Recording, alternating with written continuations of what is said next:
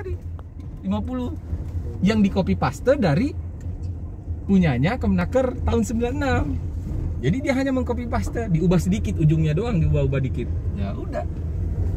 Jadi intinya sistem manajemen K3 bukan punyanya Kemenaker, punyanya PP, peraturan pemerintah, levelnya beda. Kalau Kemenaker punyanya tahun 96. Dia ngeluarin sistem manajemen K3 modelnya seperti ini. Itulah yang dicaplok atau karena dianggap oh ini bagus nih. Karena yang diberikan anggaran untuk dulu tim ahli untuk merumuskan sistem manajemen K3 untuk luar negeri adalah Kementerian Tenaga Kerja waktu itu dan Transmigrasi. Nah, diberikan budgeting dulu di eranya Presiden Soeharto untuk studi banding, melihat ke Amerika, ke Australia, ke apa, artinya dia menghimpun lah semua. Oh ini sistem ketiganya mereka seperti ini, negara ini seperti ini. Akhirnya dia rumuskanlah 12 pasal itu.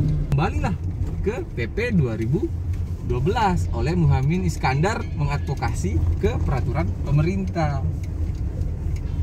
Akhirnya SBY mengesahkan. Ini udah perintah saya, bukan lagi perintah menteri. Ini udah perintah saya gitu.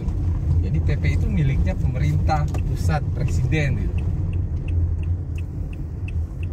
Bukan level kementerian.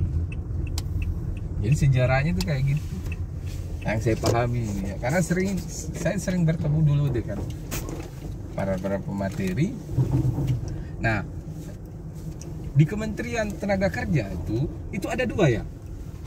Ada 3 sebenarnya. Hubungan industri, ketenaga kerjaan, dan norma K3. Norma hubungan industri, norma ketenaga kerjaan, norma K3. Jadi jangan pernah K3 ikut campur dengan norma ketenaga kerjaan. Norma ketenaga kerjaan lain, sertifikasinya lain, ahli ketenaga kerjaan. Ahli K3 juga lain. Ahli hubungan industri juga lain. Dia punya sertifikasi yang lain semua.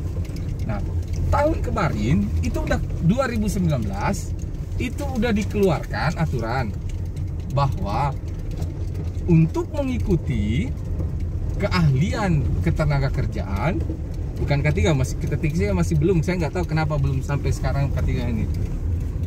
Tidak lagi namanya training. Jadi kementerian tidak boleh lagi melabeli dirinya training. Jadi dia hanya melabeli dirinya adalah sertifikasi lisensi.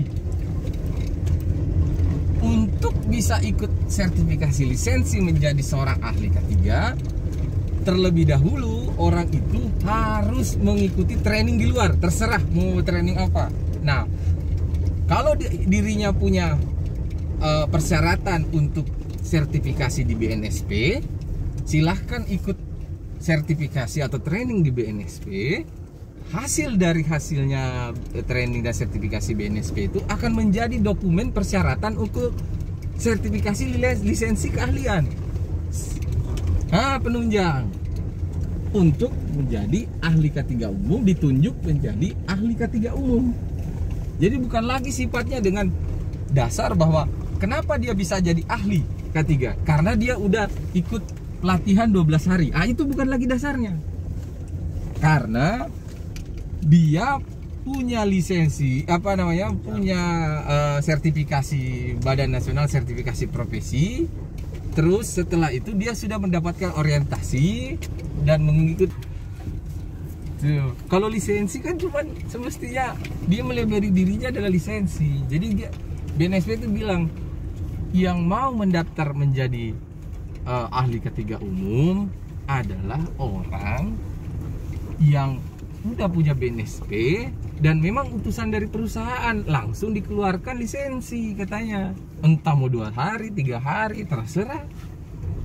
Itu BNSP. Karena apa gunanya kami gitu? Kementerian Energi Sumber Daya Mineral katanya udah nyerahin ke kami semua. Kok Kementerian Tenaga Kerja sampai sekarang belum nyerahin itu? AMDAL lingkungan dulu boleh kan di kampus-kampus, Nah sekarang udah nggak boleh. Coba tanya, boleh pelatihannya di kampus, tapi tidak boleh atas nama kampus. Kampus bekerja sama dengan LSP. LSP hanya nebeng di kampus melakukan pelatihan. Yang menyelenggarakan di area kampus, tapi punya koordinasi dengan LSP. LSP yang masuk sertifikasi. Itu. Jadi dikembalikan ke lembaga sertifikasi profesi yang sah di bawah Badan Nasional Sertifikasi Profesi. Seperti itu kasusnya.